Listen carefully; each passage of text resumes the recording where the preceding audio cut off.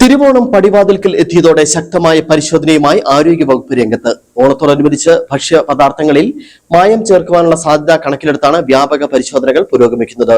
ഇതോടൊപ്പം അന്യ സംസ്ഥാനങ്ങളിൽ നിന്നും എത്തുന്ന ഭക്ഷണ പദാർത്ഥങ്ങൾ ചെക്ക് പോസ്റ്റുകളിൽ പരിശോധന നടത്തിയ ശേഷമേ അതിർത്തി കടത്തിവിടൂ. ഓണമായതോടുകൂടി ഓണസദ്യ ഉൾപ്പെടെയുള്ളവയ്ക്ക് കടകളിൽ ആവശ്യക്കാരുടെ തിരക്കാണ്. ഇതിനോടൊപ്പം ചിപ്സ്, പാലുൽപ്പന്നങ്ങൾ, പച്ചക്കറികൾ തുടങ്ങിയവയ്ക്കും വൻ ഡിമാൻഡാണ് കമ്പോളത്തിൽ ഉള്ളത്. എന്നാൽ ഉപഭോക്താക്കൾക്ക് ആരോഗ്യകരമായ സാഹചര്യത്തിലാണ് ഇവ നൽകുന്നതെന്ന് ഉറപ്പാക്കുക എന്ന ലക്ഷ്യത്തോടെയാണ് ആരോഗ്യവകുപ്പ് പരിശോധന ശക്തമാക്കിയിട്ടുള്ളത്. ആരോഗ്യകരമായ സാഹചര്യം, പൊതുജന ആരോഗ്യ സംരക്ഷണം, പാചകത്തിനായി ഉപയോഗിക്കുന്ന എണ്ണ, വെള്ളം, മറ്റു വസ്തുക്കൾ എന്നിവയുടെ ഗുണമേന്മ ഉറപ്പാക്കുക എന്നിവയൊക്കെയാണ് ആരോഗ്യവകുപ്പ് ലക്ഷ്യം വെക്കുന്നത്.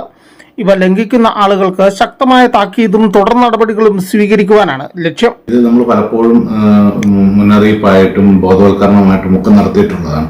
ഇപ്പോൾ കഴിഞ്ഞ ദിവസം ഇതിനകത്ത് പഞ്ചായത്ത് അധികൃതരും ആരോഗ്യവകുപ്പും സംയുക്തമായ രീതിയിലുള്ള പരിശോധനകൾ നടത്തുന്നുണ്ട്. കൃത്യമായിട്ടുള്ള നടപടികൾ ഇതിനകത്തുണ്ടാവും. അപ്പോൾ അതുകൊണ്ട് ആളുകൾക്ക് ഭക്ഷ്യ വിഷബാധ ഉണ്ടാവാതിരിക്കാനായിട്ട് വേണ്ടുന്ന സുരക്ഷിതത്വം, ആഹാരം പാകം ചെയ്യുന്നവരും ആഹാര പദാർത്ഥങ്ങളുമായിട്ട് ബന്ധപ്പെട്ടിട്ടുള്ള കച്ചവട സ്ഥാപനങ്ങളിലുമുള്ള ആളുകൾ ശ്രദ്ധിക്കണമെന്നാണ് ഇതുമായിട്ട് ബന്ധപ്പെട്ട് പറയാനുള്ളത്.